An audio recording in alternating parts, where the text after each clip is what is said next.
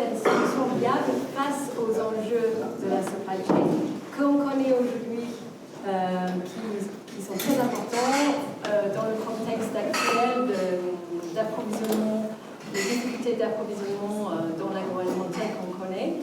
Après le Covid, ensuite la guerre en Ukraine, les crises énergétiques. Donc, je pense que c'est intéressant aussi de se dire que la blockchain dans l'agroalimentaire, on a passé par une phase de test and learn depuis 3-4 ans, où d'abord la blockchain a été utilisée dans une expérimentation plus côté marketing pour le consommateur, mais aujourd'hui, et on va en parler beaucoup plus en détail aujourd'hui, c'est quelque chose de plus fondamental pour la gestion des supply chain. Je ne vais pas tout dévoiler ce soir. J'ai le plaisir d'accueillir Benoît Rousseau du groupe Soufflet InVivo, donc qui est responsable d'innovation. Et moi, je suis cofondatrice de Connecting Food et mon cofondateur, Stefano Volpi. Donc, je te laisse te présenter et puis également parler un petit peu du projet qu'on a mené à Soufflet Connecting Food. Alors, bonsoir à tous, donc, je suis Benoît Rousseau, donc, je suis responsable innovation au sein de Soufflet historiquement depuis 2016 et depuis presque un an maintenant on a été racheté par l'Union InVivo, donc on a un périmètre qui a sensiblement changé, mais mon métier aujourd'hui c'est d'accompagner en fait l'ensemble des business units du groupe, donc c'est assez large. Aujourd'hui le groupe InVivo Soufflet c'est un groupe qui pèse à peu près 10 milliards d'euros. Principalement dans les activités grande culture, on va dire, pour le historique amont agricole, avec aussi des poules de première transformation comme la malterie ou la meunerie, et donc vraiment les deux piliers principaux, filière B et filière orge. Et puis maintenant, c'est vrai qu'avec InVivo, on a un sujet retail qui a pris encore plus d'ampleur, etc. Et donc dans toutes ces activités, en fait, on accompagne via un pôle opération innovation centralisé les métiers dans leur transformation et l'appropriation des nouvelles technologies et des nouveaux usages. En fait, aujourd'hui, on a des équipes qui sont très performantes pour gérer le quotidien, la tendance et puis la production et la qualité. L'idée, c'est d'intervenir en support pour être un accélérateur d'appropriation de sujets où, si je fais le recul, je crois que c'était 2017 qu'on avait dû avoir les premiers échanges, donc c'était au tout début encore chez Soufflet presque, ou de dire, voilà, 2017 avec un peu de recul, la blockchain c'était encore un gros mot. Enfin, les gens ne savaient pas par quel bout le prendre, savoir exactement ce que ça pouvait créer. Quand on leur expliquait que c'était pour valoriser la traçabilité, on expliquait partout qu'en fait on faisait déjà de la traçabilité et que nos clients ils avaient confiance en nous, donc il n'y avait pas besoin de cette solution-là. Enfin, peut-être qu'il y en a qui sont encore à ce stade-là, je ne sais pas, mais en tout cas il y a vraiment des enjeux de vulgarisation.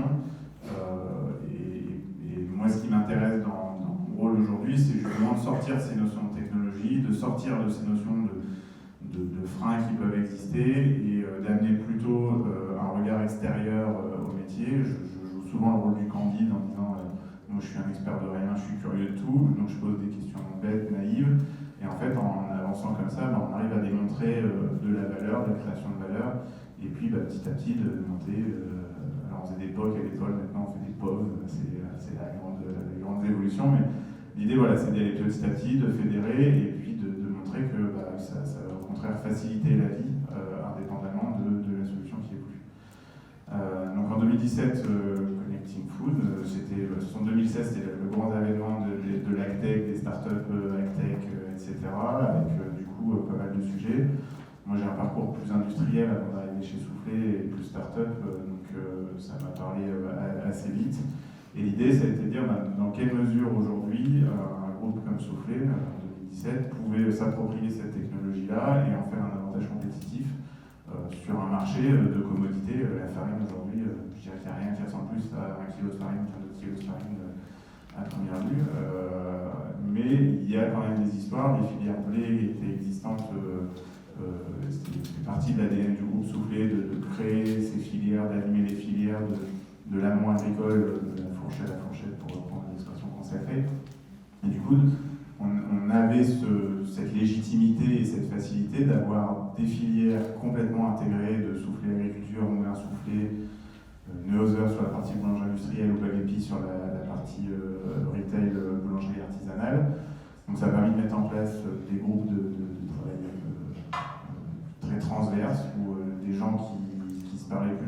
qualité, réclamation, sont bien discutés, création de valeur, partage d'informations, avec au centre le client.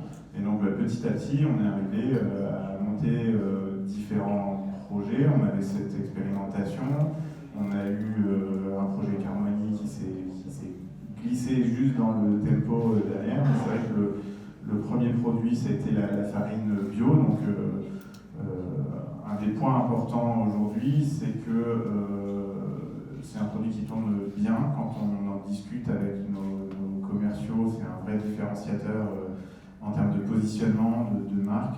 Pour les tickets, de temps en temps, on leur dit si vous voulez, on arrête, si vous n'êtes pas content, non, on ne peut pas arrêter. Donc c'est le meilleur des retours aujourd'hui.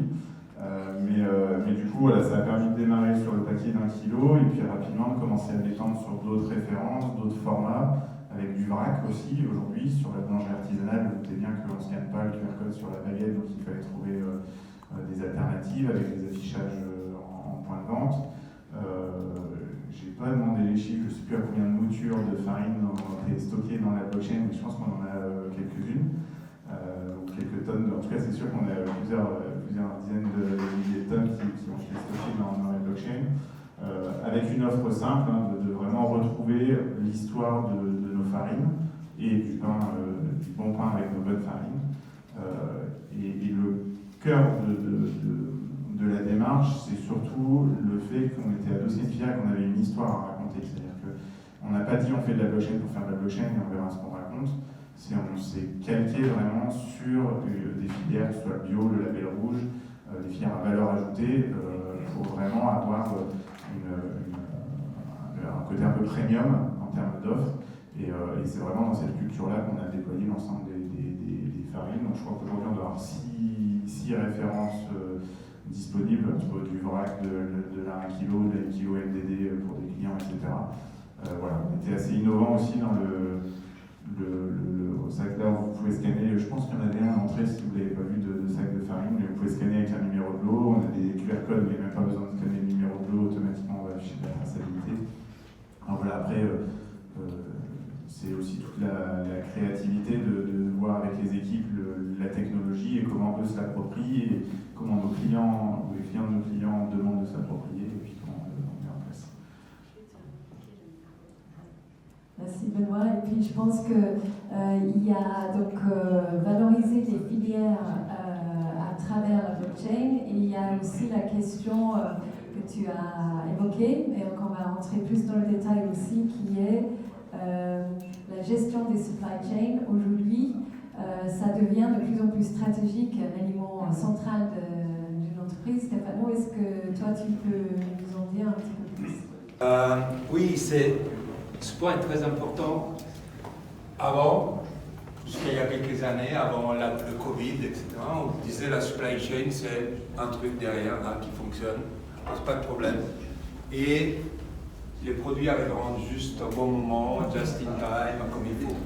Maintenant, le Covid, la guerre en Ukraine, les problématiques qu'on connaît, plus ceux qui se rajoutent, comme le changement climatique, le scandale alimentaire, toute une série d'éléments comme ça, sont en train de déséquilibrer totalement le supply chain. Et du coup, dans une entreprise, dans le business, on se rend compte que la supply chain est au cœur de ce qu'on produit, ce qu'on mange, ce qu'on fait, parce qu'on a beau avoir les plus belles usines du monde, s'il y a un qui arrive, un qui rentre, ça ne tombe pas. Donc, quelque part, j'ai entendu cette expression l'autre jour, on est passé du just in time au just in case. C'est je gère mes supply chains, je stocke parfois, je dois pouvoir travailler avec différents fournisseurs. Et donc, c'est là-dedans où les entreprises se rendent compte que la supply chain est stratégique et doit devenir transparente. Transparente, non pas seulement pour dire je communique, mais aussi pour savoir d'où viennent mes produits. Parce que si je ne connais pas mes fournisseurs, comment je peux être sûr que ce que j'ai dit est vrai? Donc, on est vraiment dans la gestion de la promesse et de la valeur de l'entreprise durable. Pouvoir suivre les origines veut dire aussi pouvoir vraiment calculer l'impact carbone. Et ça, c'est quelque chose qui sera de plus en plus important, l'impact sur l'environnement. Résilient, on a dit les éléments qui déstabilisent les supply chains nous obligent tout le monde à prévoir on va modéliser, anticiper les risques futurs. Qu'est-ce qui se passe si demain il y a un problème de sécheresse dans la production de tomates en Italie, alors que toute ma production de sauce est basée sur la production italienne? Comment j'anticipe ça? Donc comment je modélise? Et efficient, on le sait tous, hein, les coûts augmentent, il y a une inflation en cours. Vu que c'est une inflation de coûts, elle ne va pas forcément se traduire dans une augmentation de prix. Et donc cela va réduire, impacter les marges. Et donc il est important de mettre en place des systèmes puissants qui permettent de baisser les coûts tout en faisant autant, voire plus de ce qu'on fait actuellement. Donc pour ça, il faut que les supply chains deviennent vraiment data-driven et qu'on exploite toute la donnée qu'on génère partout et qu'on puisse la exploiter en temps réel et à l'utiliser pour répondre à tous ces enjeux des supply chains. Et du coup, on peut utiliser la blockchain. Donc, je pense que c'est intéressant de se poser la question qu'est-ce que c'est la blockchain? C'est toujours intéressant de revenir un peu sur les basiques. Benoît, est-ce que tu pourrais nous expliquer avec tes mots ce que c'est la blockchain? Oui, alors je sais que dans la salle, il y a des experts de la blockchain, donc je ne me risquerai pas à rentrer dans la technique. Je vais le résumer avec mes mots et comment moi je le vends en interne quand on va avoir des nouvelles BU pour leur expliquer qu'est-ce que c'est que la technologie qu'il y a derrière. Aujourd'hui, il faut voir la blockchain comme pour moi, c'est un super ERP dans lequel différents acteurs qui vont collaborer ensemble, un consortium, vont décider de stocker de manière collégiale des informations choisies qui vont protéger quand même le secret, leur savoir-faire, etc. Mais directement, on a intérêt à partager des informations et avec une forme d'autocontrôle, puisqu'en fait, on va chercher un consensus dès qu'on va rajouter une information, modifier une information, s'assurer que chacun d'entre des membres du consortium ait le même niveau d'information. Donc c'est un peu très vulgarisé. Je pense que Stéphano il pourrait être plus précis que moi sur la techno-blockchain ou d'autres dans la salle. Mais aujourd'hui, quand je vous décris ça, je pense que rapidement, si vous êtes dans le monde agroalimentaire, vous retrouvez en fait un schéma de filière. C'est-à-dire ce que j'évoquais, de dire à un moment, on se met d'accord aujourd'hui pour quelle histoire on va raconter au consommateur final, qu'est-ce qu'on veut lui faire comme promesse. On rentre dans cette logique du marketing de la preuve et plus simplement du marketing de la confiance. Aujourd'hui, c'est vrai qu'il y a des crises, etc., mais je pense que le modèle agroalimentaire français, ça doit être un des plus performants ou résilients qui existe aujourd'hui, avec des contrôles, on a énormément de contrôles, ça n'exclut pas qu'il y ait des problématiques, des retraits rappels, des gestions de non-qualité, etc. Mais aujourd'hui, cette dynamique de filière, ces démarches de filière, elles font cet échange, cette ambition de créer une maîtrise de cette supply chain jusqu'au consommateur d'une manière régulière. On n'est pas capable, l'idée c'est d'être capable de le faire année après année avec la variabilité des aléas climatiques, etc. Et du coup, naturellement, quand on parle de consortium d'une filière, on va avoir des réunions qui vont définir les cahiers des charges, on va avoir des réunions qui vont définir les quantités, les qualités, les sites d'origine, tout un tas de contraintes. On va produire, on fait de la traçabilité, tous dans nos usines aujourd'hui on a des obligations de traçabilité réglementaires, etc., des audits. Et là l'idée avec la blockchain c'est de se dire ça on le rend temps réel, c'est-à-dire que là où avant on faisait une photo globale à la fin de l'année, on regardait la performance de la filière et on se disait oui on est bien dans les objectifs fixés d'empreinte carbone, de qualité, de volume, etc., de biodiversité, enfin tous les indicateurs qu'on peut imaginer. Là on se dit on va l'industrialiser et le faire au fil de l'eau régulièrement pour pouvoir anticiper et gérer étape après étape des évolutions, des réactions, des ajustements. Donc pour moi, en fait, la blockchain, c'est un schéma qui est fait pour la traçabilité. Alors après, c'est vrai qu'on va avoir d'autres usages de la blockchain. Je pense que le premier usage qui vient tout de suite en tête, c'est la partie crypto-monnaie, etc., qui a un monde à part. On a une longue discussion avec mon collègue Simon sur ces sujets-là, de savoir les usages, la valeur, etc. Moi, ce qui m'intéresse derrière, c'est, je vais répondre sur la partie flexibilité ou confiance, mais c'est l'interopérabilité que ça va apporter sur la facilité de partager des informations. Donc, merci. Et puis également, comme tu viens de dire, Benoît, c'est un blockchain est particulièrement adapté à gérer les transactions. Je sais pas, Stéphano, j'avais entendu il y a quelques années, c'était un CEO d'une très grosse boîte de tech qui disait que demain, la blockchain sera la transactions ce que Internet est aujourd'hui à l'information. C'est-à-dire qu'on ne va pas pouvoir faire une transaction sans la blockchain dans le futur, comme on ne peut pas chercher l'info aujourd'hui, on cherche forcément sur Internet. Pour ajouter quelques points, la blockchain, c'est une technologie sous-jacente, ce qui fait ensuite toute sa puissance et l'intelligence qu'on rajoute au-dessus. Donc la blockchain, un peu comme l'Internet, sert comme tuyau, on va dire, mais il faut rajouter ensuite des éléments qui permettent de l'exploiter. Je voulais revenir sur un point qu'a cité Benoît, en disant que c'est particulièrement adapté aux filières, et on sait que dans des systèmes européens, mais de plus en plus aux États-Unis, depuis hier, l'FDA a annoncé des nouvelles règles qui vont être mises en place, qui ressemblent de plus en plus aux règles européennes. Donc, aussi aux États-Unis, il y aura des évolutions importantes. On peut avoir des filières intégrées qu'on maîtrise avec un consortium établi. Je connais les fournisseurs, je fais rentrer dans mon système. Ou des filières virtuelles. C'est-à-dire que j'ai des critères et je peux sélectionner des fournisseurs qui correspondent à mes critères. Et étant donné qu'ils sont enregistrés via une blockchain et leur information sur une blockchain, je peux être certain que ce qu'ils me disent est vraiment fait, même si je n'ai pas fait tout le travail d'audit préalable pour vérifier qu'ils correspondent à ma filière. Donc, cette logique de filière virtuelle ou de méta-filière, on pourrait l'appeler, c'est tout à fait quelque chose de puissant et de révolutionnaire, mais qui va accompagner les changements, et comme on a vu tout à l'heure, qui s'opèrent dans les supply chain.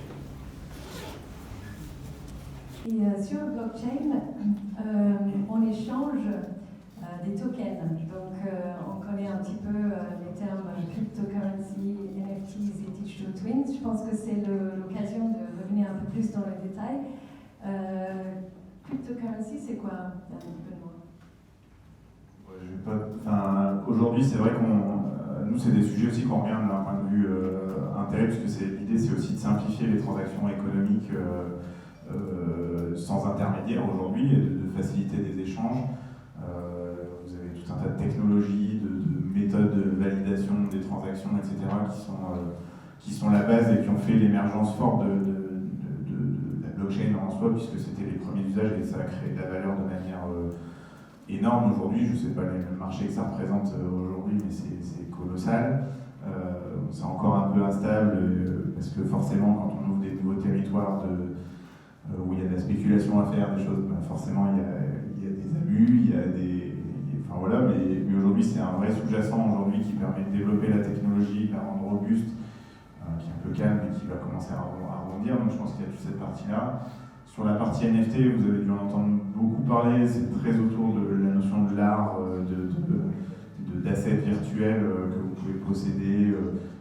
Moi j'aime bien aussi la partie NFT sur la partie tout ce qui va être carte de fidélité aux membres, carte de membre qui vous donne droit à une expérience ou des choses qui sont à enrichir.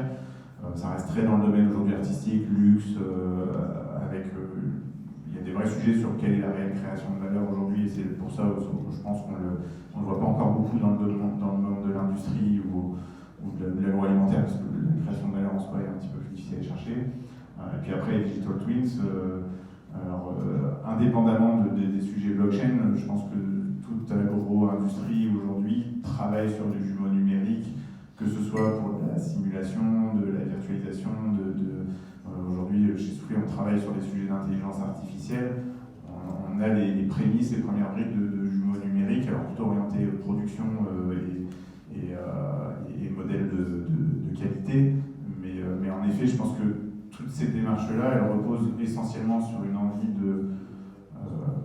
je vais dire décentralisation, mais je vais plutôt dire d'interopérabilité, de dire à un moment, on le voit sur les sujets blockchain qu'on a pu avoir, on a des formats différents de RP, on a des formats différents de système qualité, on a encore des Excel, on a encore tout un tas d'éléments de prérequis qui sont nécessaires à pouvoir partager une information sous forme de données. Aujourd'hui encore, on a des usines où on a des traçabilités qui sont au papier sur une étape parce qu'on n'a pas encore la donne. Je trouve que cette trajectoire-là elle est intéressante parce qu'elle va à la simplification en fait. Quand on parle de token, il faut se dire que certes, il y a une grosse technologie derrière, mais souvent dans un token, il y a peu d'informations en fait. Et le fait de dire on stocke peu d'informations, on la rend plus interopérables. Et donc, ce que tu évoquais sur la méta blockchain ou la méta supply devient plus accessible en fait. Parce qu'aujourd'hui, si vous prenez dans le domaine agricole, le simple fait d'aller collecter la donnée pour utiliser quelle est la date de semis d'un agriculteur en fonction de son FMS qu'il a, vous allez avoir différents formats, différentes unités, différents accès. Donc à la fin, quand vous avez faire la traçabilité sur un paquet de farine, vous avez 500 agriculteurs qui ont une dizaine de FMS différents. Il y a déjà un gros travail de consolidation et de convergence à faire. Et en fait, c'est ça qui est le plus délicat. Et après, pour le coup, une fois qu'on a réalisé ça, on a une possibilité sans fin. Et c'est là où toute la capacité de start-up comme Connecting Food ou des utilisateurs s'exprime. Et moi, j'avais envie de poser la question, Stefano aussi, entre un NFT, un non-fungible token, et un digital twin. Un NFT serait quelque chose qui est immuable, qui représente quelque chose qui ne peut pas être transformé. Typiquement, on le voit dans l'art, dans les produits luxe, etc. Quand on est sur du digital twin, le digital twin, il a 3 caractéristiques. Bon, la première, qui doit ressembler au physical twin. Autrement, ça ressemble à un. Donc, je dois encapsuler le maximum d'informations pour profiler l'élément, l'asset que je veux représenter dans le digital twin. Donc ça, c'est une première caractéristique, et comme disait Benoît, on peut rajouter de plus en plus d'informations. Ça peut aller d'une photo satellitaire de la parcelle où on a fait de l'huile de palme durable, pour être sûr qu'il n'y a pas eu de déforestation, jusqu'à la ligne de production en passant par la température et tout ce qu'on veut. Deuxième chose, un digital twin évolue.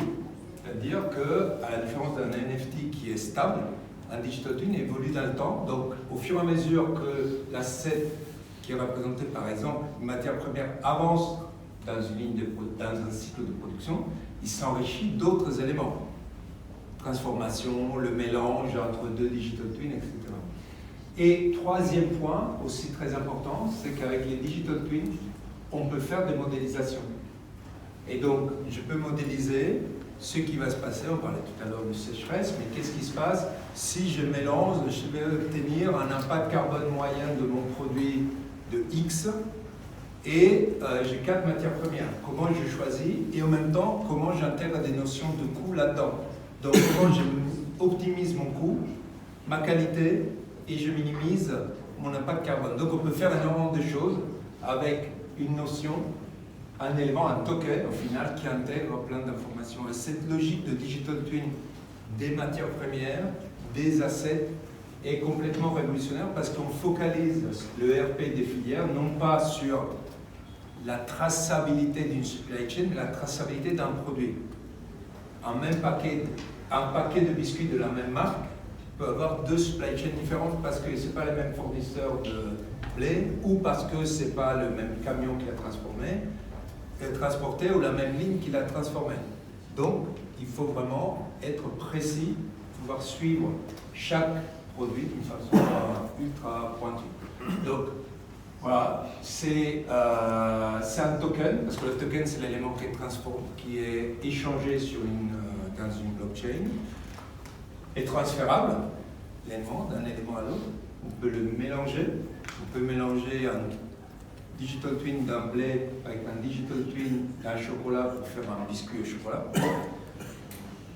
Il est unique à la fin, quand j'ai terminé toutes mes transformations et j'ai un paquet de biscuits ou un paquet de farine, et bien ce paquet de farine-là, ce lot de farine est unique et différent de l'autre lot parce qu'il a sa propre supply chain, sa propre filière, sa propre date de production. Et normalisé, standardisé en termes d'information. Nous, on travaille par exemple avec tous les standards PCIS, les standards GS1, ce qui veut dire qu'on peut être interopérable avec tous les systèmes des distributeurs, tous les différents ERP qui existent, tous les différents systèmes de e-commerce, etc. Donc, cette logique de digital twin, basée sur une blockchain, est complètement révolutionnaire. Donc, Digital Twin, ça encapsule toutes les informations autour du produit au fur et à mesure qu'il traverse une supply chain. donc à la fois sur le produit, mais également sur son trajet, c'est-à-dire qui l'a produit, comment il a été produit, où ça a été produit, et ensuite cette information est encapsulée dans une digital twin à la fin qui peut être échangée entre différents acteurs. Et je pense que il y a cette notion de food twin, enfin quand on parle des produits alimentaires qui sont une filière, qui sont un ensemble d'acteurs qui échangent, qui font des transactions entre eux. Comment est-ce qu'on peut exploiter les digital twins et les food twins dans le monde agroalimentaire? C'est quoi la valeur qu'on peut apporter, selon toi, Stéphane? Étant donné qu'un food twin construit un food twin, on trace une supply chain, on peut avoir, le plus évident, un avantage de traçabilité. Je peux savoir d'où il vient, d'où il est allé, par où il est passé. Ça veut dire que je peux faire de la traçabilité dès le début, ou partant de la fin, ou partant du milieu. Par exemple, d'un point. Mais si je le trace, un peu comme les voitures dans Waze, on trace ces voitures qui se déplacent, c'est notre digital twin, notre food twin qui avance, je peux savoir l'impact carbone qu'il a eu. Je peux savoir combien ils ont été payés, les différents acteurs. Mon cacao qui vient de Côte d'Ivoire, est-ce qu'il a été bien payé, par exemple? Je peux savoir aussi qui a fait certaines opérations et donc qui est responsable de certains changements, jusqu'à transformer à 3 dimensions, je dirais, le e-commerce. Aujourd'hui, le e-commerce est bidimensionnel. Je suis devant un produit dont je vois l'image, je veux une quantité. Donc j'achète un pack de farine dont je vois l'image et je dis j'en veux 2. Mais avec un digital twin ou un food twin, je peux savoir ce produit-là, à quoi ça correspond. Et je peux m'assurer qu'on me le livre tout simplement ce lot-là que je reçois. Alors sur un pack de farine, il peut avoir moins d'impact, mais sur des produits frais, sur des produits de la mer, de fruits et légumes, etc., ça a un impact très important. Donc, tous ces éléments enrichissent les échanges, mais ils permettent aussi, encore une fois, de modéliser les impacts, de réduire les coûts et de rendre le tout plus efficient et transparent. Et Benoît, quel est ton avis sur, donc du coup on parle de métaverse, on parle de meta supply chain, blockchain, NFTs, digital twins. Est-ce que le monde agroalimentaire est prêt pour toutes ces innovations? Est-ce que c'est quelque chose qui va apporter de la valeur? Qu'est-ce que ça peut faire à l'intérieur de l'entreprise, à ton avis? Après, je ne sais pas si on va déjà métaverse tout de suite, je pense que ça éveille beaucoup encore un nouveau mot un peu compliqué qui arrive, mais moi ce qui m'intéresse c'est, et je pense que le monde agroalimentaire est prêt, parce qu'on a vraiment cette dynamique de pilotage autour de la data, c'est-à-dire que si on est sur l'agroalimentaire, ça reste des fois, je dis que c'était un des meilleurs modèles agroalimentaires au niveau mondial, mais quand on regarde les équipements des usines, etc., parfois on est sur des méthodes de production encore historiques ou pas très automatisées. Enfin, si on fait le parallèle avec le monde de l'automobile, on n'est pas sur les mêmes niveaux d'équipement, etc.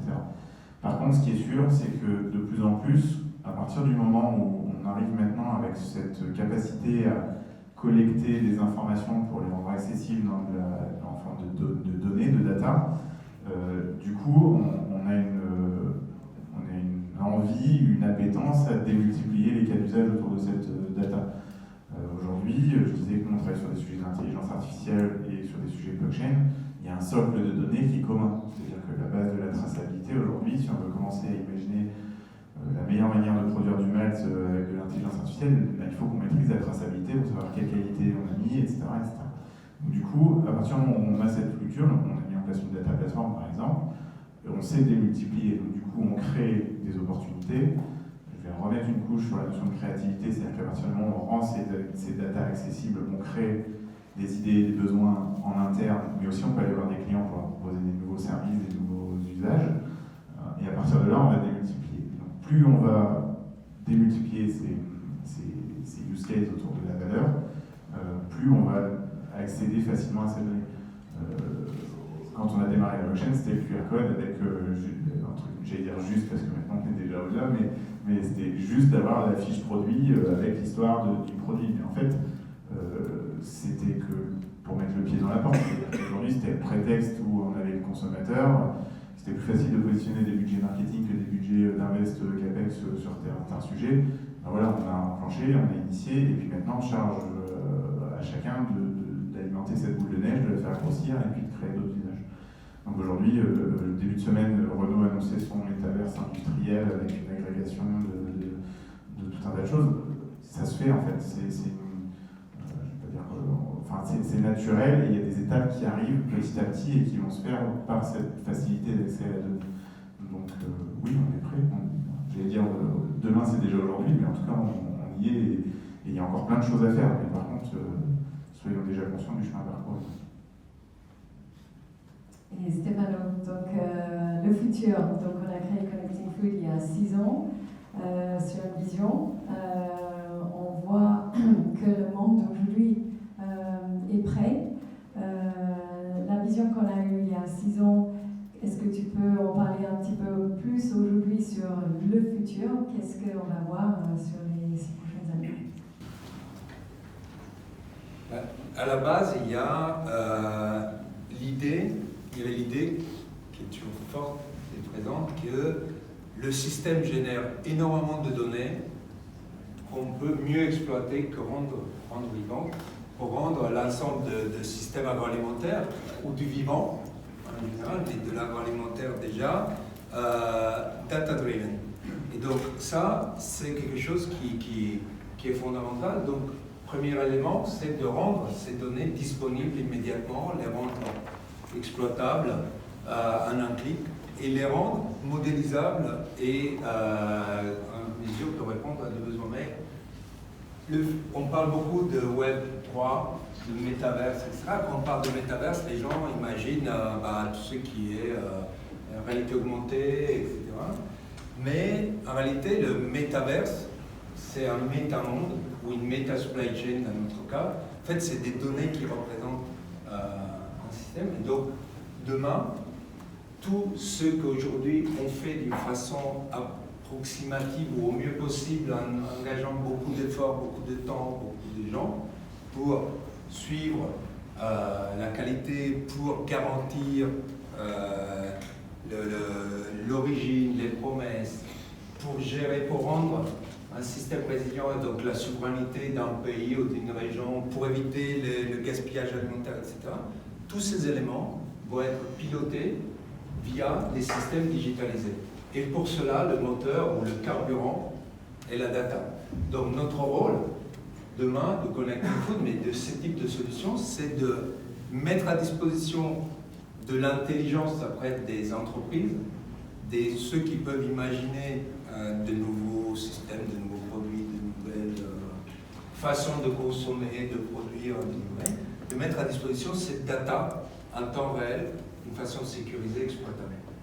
Et donc, une fois qu'on enclenche la machine sur la data, je suis certain que plein de personnes qui disent qu'aujourd'hui est déjà demain, ils se lancent dans des projets d'innovation, de nouvelles façons de produire, parce qu'on sait qu'en tout cas, on devra produire mieux, d'une façon plus efficace, plus respectueuse, plus accessible et moins chère. Il y a un produit qui est augmenté avec de la data qui explique exactement d'où il vient, comment il a été produit, a sans doute plus de valeur à distribuer tout au long de la filière agroalimentaire qu'un produit qui est totalement aveugle et opaque, qui est juste une commodité. Donc, en fait, ce qui est intéressant, c'est que d'être dans cette dynamique de constamment se poser la question quelle information on va produire et comment on peut l'utiliser, le valoriser, pour l'avoir vécu dans tous les ateliers qu'on a fait d'organisation et de déploiement. Ce qui est intéressant, c'est que ça donne du sens en fait. On en est à dire, on veut justifier l'empreinte carbone ou des kilomètres parcourus. En fait, on commence à poser des chiffres, on commence à monter des éléments. Et aujourd'hui, dire est-ce que du blé doit faire moins de 100 km ou moins de 500 km pour être résilient ou tout ce qu'on peut imaginer ou responsable. En fait, ça fait poser beaucoup de questions à tous les maillons. En fait. Et le fait en permanence de se dire on est dans cette logique de transparence, de confiance, je trouve que ça remet un peu de bon sens et on est, je n'ai pas trop le terme, mais on n'est pas dans du greenwashing, etc. Parce qu'en permanence on se dit mais si je veux communiquer là-dessus, comment je fais des choses toutes bêtes. Demain on se dit je veux incorporer minimum 80% de blé responsable. Qu'est-ce qui se passe si j'ai un paquet où j'en ai 75%? Est-ce qu'il est bon, est-ce qu'il n'est pas bon? Donc, du coup, le marketing, il se demande les 80%, c'est à l'année, c'est au paquet, et du coup, on remet pour moi, je trouve qu'on revient sur des fondamentaux qui parfois sont oubliés en disant c'est bon, on a mis 80%, globalement on y sera, et puis c'est très bien, on fera la photo à la fin. Et du coup, ça remet du sens sur toute la supply derrière. Me dire demain, si je veux garantir 80% dans chaque paquet, c'est pas la même chose que si je garantis 80% toute l'année, parce que je peux très bien faire des lots à 100% et d'autres à 50%, mais mes silos ils sont pas plein pareil. Plein de composantes importantes. Et du coup, de remettre cette notion de sens au centre du débat et de la valeur, je trouve qu'on n'en sort que grandi et que la technologie, du coup, elle ne vient pas là pour la technologie, elle vient là au service d'une création de valeur. C'est ça qu'il faut, à mon avis, que j'avais envie de partager. Bon, merci beaucoup, Benoît, merci Stefano. Je pense que maintenant, la parole est à vous. Si vous avez des questions déjà à poser en plénière, n'hésitez pas.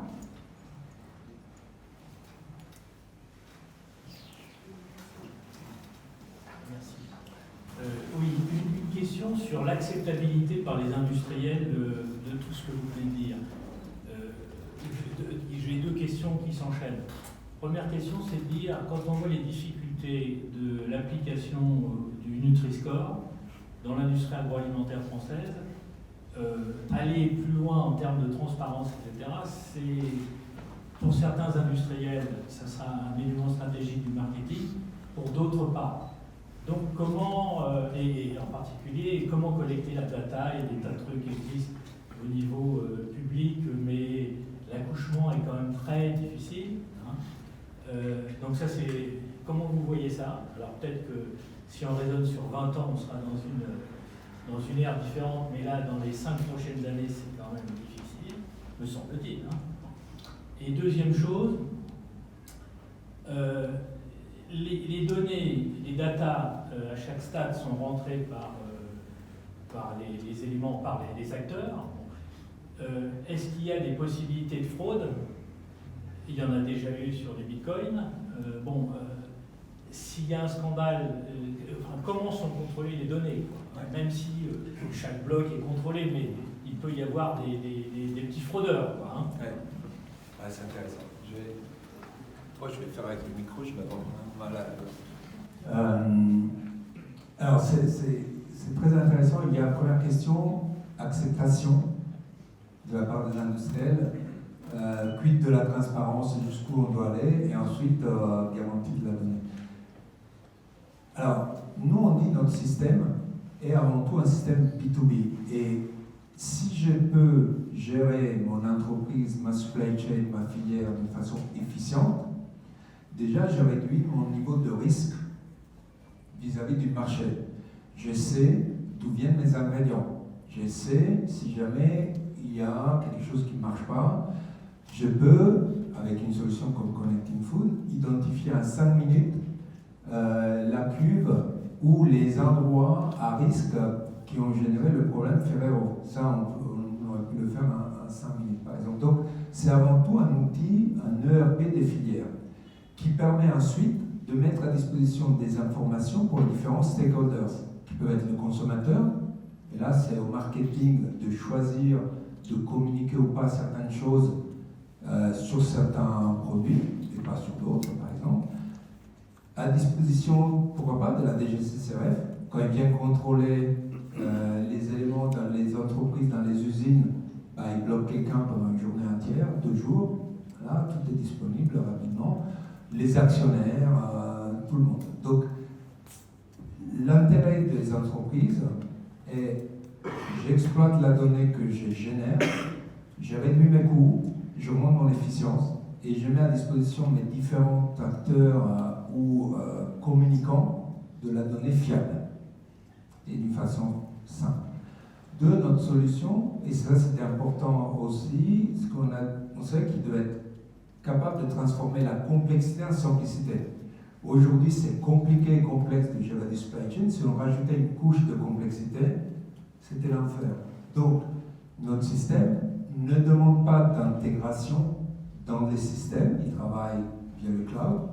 Et c'est un add-on quelque part aux différents systèmes existants dans l'entreprise. Donc, ça prend les données, ça les standardise, ça les rend disponibles. Donc, c'est facile, rapide à mettre en place. Donc, ça, c'est un deuxième point qui est important. Et la troisième question qui était, je ne sais plus. Ah, pour les fraudes, ça c'était. Alors nous, on ne vient pas. À la base, on vient du monde alimentaire. Et donc, un peu comme Vidocq à l'époque, on avait vu aussi l'arrière, le côté sombre des filières. Donc, on avait vu aussi ce qui pouvait se faire. Et donc on a compris que la blockchain était quelque chose qui rendait les informations infalsifiables, mais pas forcément vraies. Et que donc il fallait une couche, un système digital lui aussi, qui valide ces informations. Et nous avons développé, avec le CEA, le commissariat de l'énergie atomique au début, et ensuite complètement interne chez nous, un système qui s'appelle Live Audit, et qui permet de valider en temps réel les données par rapport un cahier des charges, des spécifications, à des lois, des règles, etc. Et donc, on sait que la donnée qu'on enregistre, du coup, elle est validée et infalsifiable. Si on enregistre de la donnée sans la valider avant, on augmente un peu le risque qu'elle ne corresponde pas. Et il faut aller chercher le plus possible la donnée à la source, ou au moins, au fur et à mesure, dans un chemin de progrès, aller chercher les informations directement dans les systèmes des fournisseurs.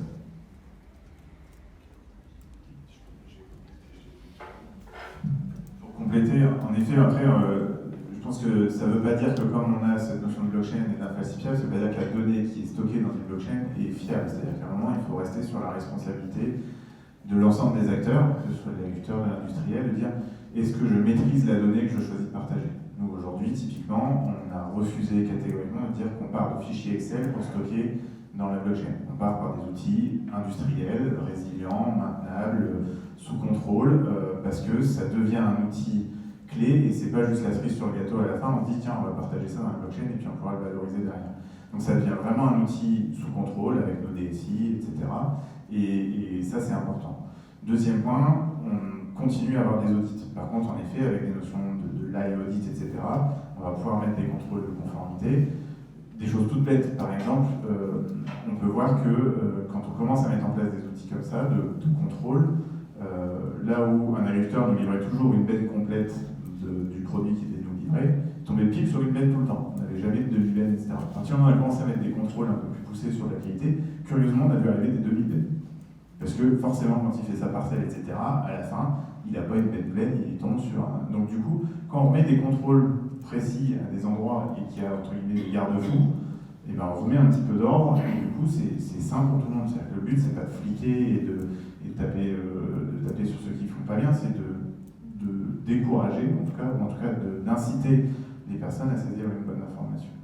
Et enfin, nous, sur les équipes projet, quand on avait commencé à dire on va faire de la blockchain, et du coup c'était blockchain égale transparence, on va tout exposer, les gens de la supply, de la qualité, c'était le premier réflexe, c'est de dire attendez, on ne peut pas tout montrer à tout le monde, c'est pas possible. Donc, et en expliquant, en montrant les choses, on s'est rendu compte sur des sujets tout bêtes, de dire aujourd'hui, quand on devait faire un exercice de traçabilité dans le cadre d'une filière pour Mondelez ou autre, ou McDo sur des exercices, on a 7 heures pour faire l'exercice de traçabilité. Donc on a un numéro de lot qui nous arrive, et on a 7 heures pour remonter l'information ensuite, donc en remontant par les différents acteurs, etc.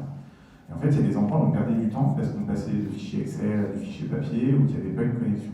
Le fait d'avoir fait toute la démarche de standardisation de l'information de remontée, aujourd'hui, c'est des choses qu'on fait. En fait, on fait la traçabilité lot par lot. Donc, en fait, quand on a un audit de traçabilité, on se connecte, on récupère la traçabilité et on met plus 7 heures, on met 5 minutes. Donc et avec une fiabilité en plus qui est meilleure, des informations qui sont plus détaillées.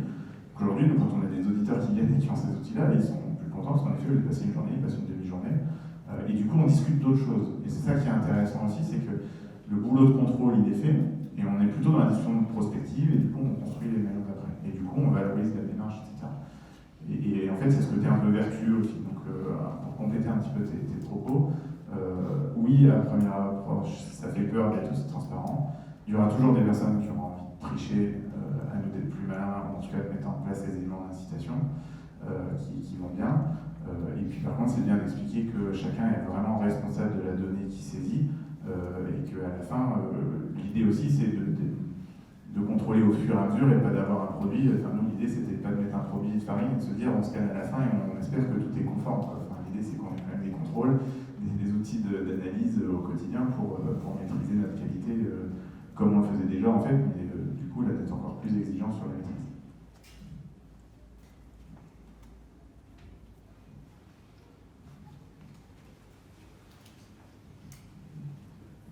Merci beaucoup.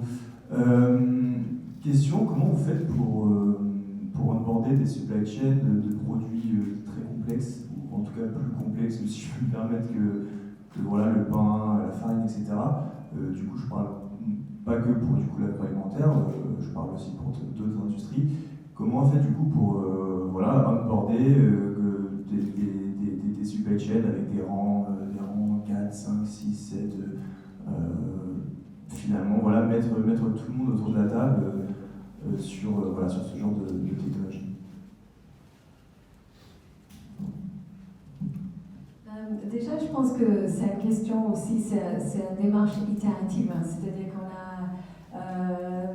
il ne faut pas se dire qu'on va faire 100% de l'entreprise et 100% des produits et 100% des ingrédients du premier jour. Très souvent, on démarre avec certaines filières qui sont vertueuses pour lesquelles toutes les informations sont tout de suite disponibles. Il n'y a peut-être pas tous les fournisseurs qui veulent monter à bord, mais dès qu'il y en a un des suppliers, des fournisseurs qui montent à bord, les autres, ils ont une méga pression pour monter à bord parce que la question est pourquoi tu ne peux pas monter à bord.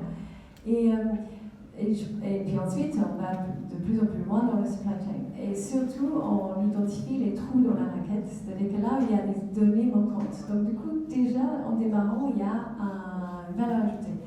Ensuite, il y a également des sociétés où on est totalement capable de faire la totalité des produits dès les premiers mois. On a un cas d'un de nos clients qui est English Tea Shop qui est extrêmement complexe parce que déjà c'est lointain, c'est en Ceylan, donc du coup le thé qui pousse là-bas, mais également parce qu'il y a 232 blends qui vont dans 160 références, donc SKU à la fin, qui sont vendus dans 44 pays. Donc du coup, la complexité est très, très importante.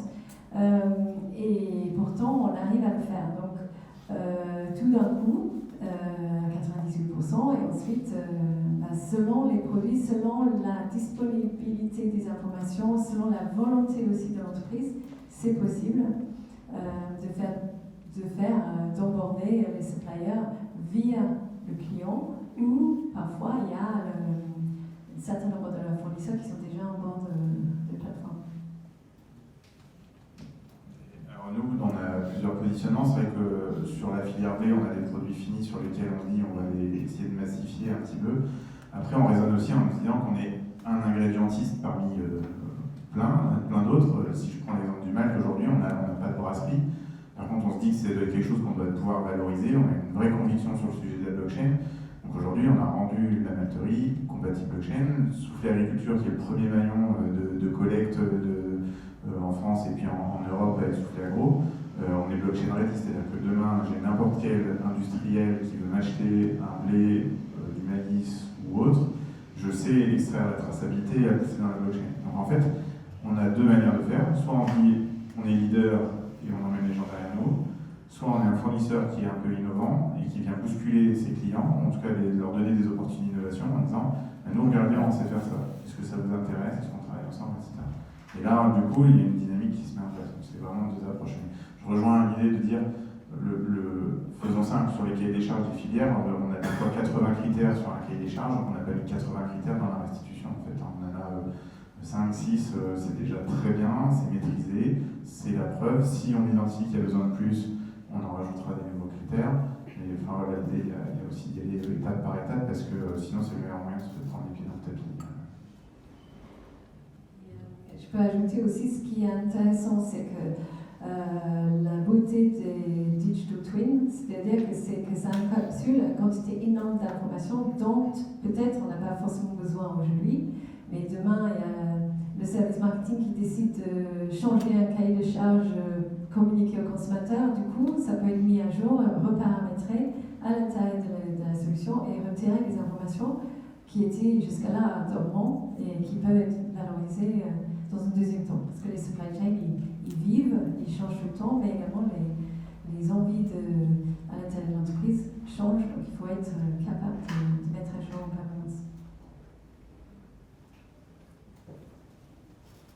Est-ce qu'il y a d'autres questions? Oui, bonjour. J'aimerais aussi comprendre la propriété en fait des données. En fait, qui possède quoi en fait dans cette blockchain? Je pense que justement ça c'est l'intérêt de blockchain, c'est-à-dire qu'on peut dire que blockchain, pourquoi avoir un blockchain et pas juste avoir une base de données? Parce que en fait on peut savoir qui a fourni cette donnée, donc à qui appartient cette donnée. Donc la personne qui a fourni la donnée reste propriétaire de ces données, donc, et qui a une clé d'accès et qui peut décider de donner accès à d'autres en donnant une clé. Donc elle peut se retirer aussi? Oui, tout à fait. Exactement, tout à fait. Il faut savoir aussi que c'est crypté, donc du coup, d'où la confidentialité, c'est-à-dire qu'ils peuvent décider de partager des informations dont une partie est cryptée et une autre partie qui est visible. Après, la donnée reste. Il y a une logique de consortium au début, donc ça veut dire qu'il y a eu on s'est tous entendus sur le fait de dire qu'on était tous contributeurs, donc la valeur quelque part a été définie à travers la valeur finale, on va dire. Après, peut-être que dans quelques années, on sera plus dans une logique de marketplace de la donnée, avec le fait de dire j'ai mes produits qui sont compatibles, accessibles. Vous voulez consommer l'information du produit, vous achetez le produit et vous avez une surcouche entre guillemets de dire j'achète en plus tel niveau d'information, tel niveau, pour pouvoir l'utiliser. Enfin, ce qu'on voit aujourd'hui sur la facturation, les EDI, où en fait on n'envoie plus les factures papier, on envoie un flux digital, de la même manière on pourrait dire on envoie un flux de données et est-ce qu'il est gratuit, payant, etc. Et là c'est là où ça crée une nouvelle économie.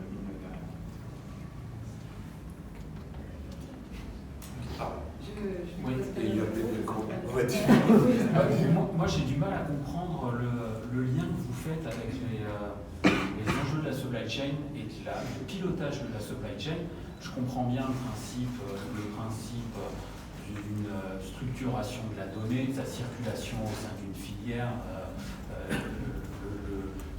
le renvoi, le modèle de la base de données ou l'ERP.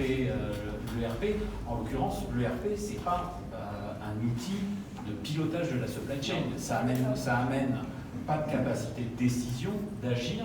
De la même façon, quand vous interrogez la possibilité de générer du scénario, manipuler un digital twin, c'est des catégories d'outils qui ne sont pas du ressort de Connecting Food. Ça veut dire que ça doit être mobilisé par les outils de la prévision, de la planification qui existent dans l'entreprise. Est-ce que c'est le cas, par exemple, chez Soufflé, ou alors on est juste, on a structuré cette donnée, on peut l'interroger dans une logique de contrôle et autres, mais pas d'action.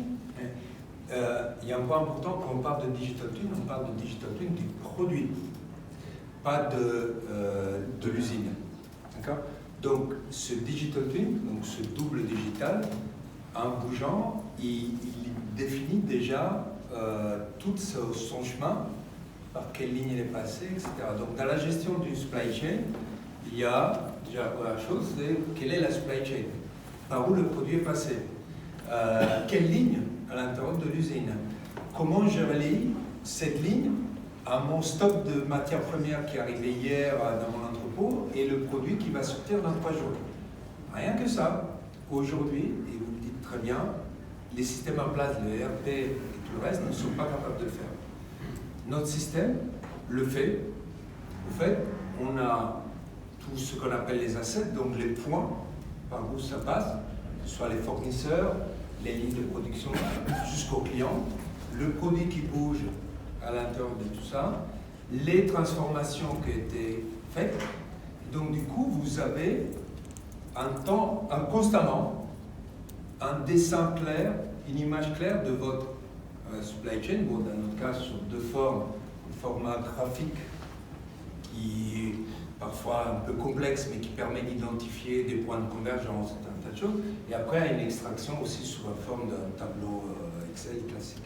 Donc quand vous avez toutes ces informations, il y a ensuite de l'intelligence aussi des gens qui gèrent, qui peuvent identifier des problèmes, mais qui a été incroyablement facilité par toute l'information qui est collectée et mise à disposition immédiatement. Je vais prendre l'exemple de Ferrero tout à l'heure. Je pense que tout le monde est au courant de la problématique qu'il y a eu sur Ferrero, sur les chocos, voilà, des produits qui avaient des problèmes de qualité. Pour identifier l'endroit, une des causes possibles de ce problème de qualité, ça leur a pris une semaine. Une semaine, c'était une cuve, un problème de qualité, de propriété d'une cuve, entretien d'une cuve, etc. Une semaine, en disant, je ne sais pas d'où ça vient, en plein période de Pâques, sur du chocolat pour Pâques, autant dire ça leur a coûté des millions, en termes d'image, en termes de remise à la distribution, plus toute la problématique.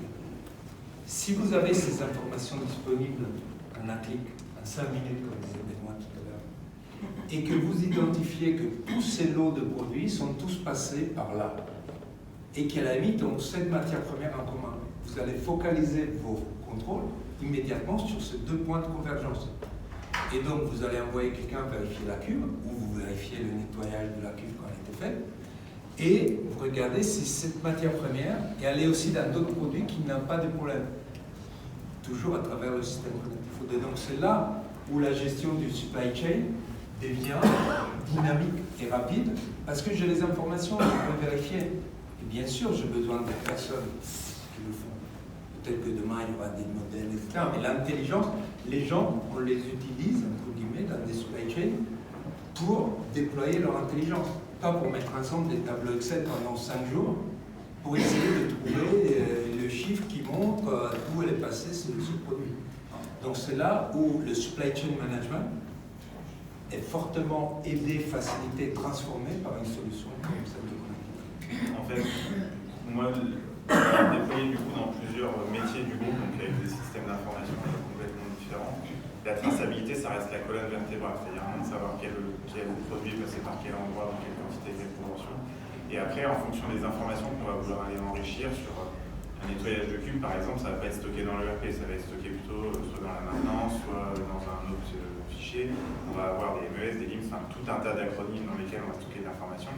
Et en fait, en fonction des usages qu'on va vouloir aller chercher, une fois qu'on s'est mis dans cette logique un peu vertueuse d'aller chercher de l'information et de se dire, bah, tiens, j'ai cette idée, je veux pouvoir aller... En fait, on va commencer à agréger tout un tas d'autres tuyaux.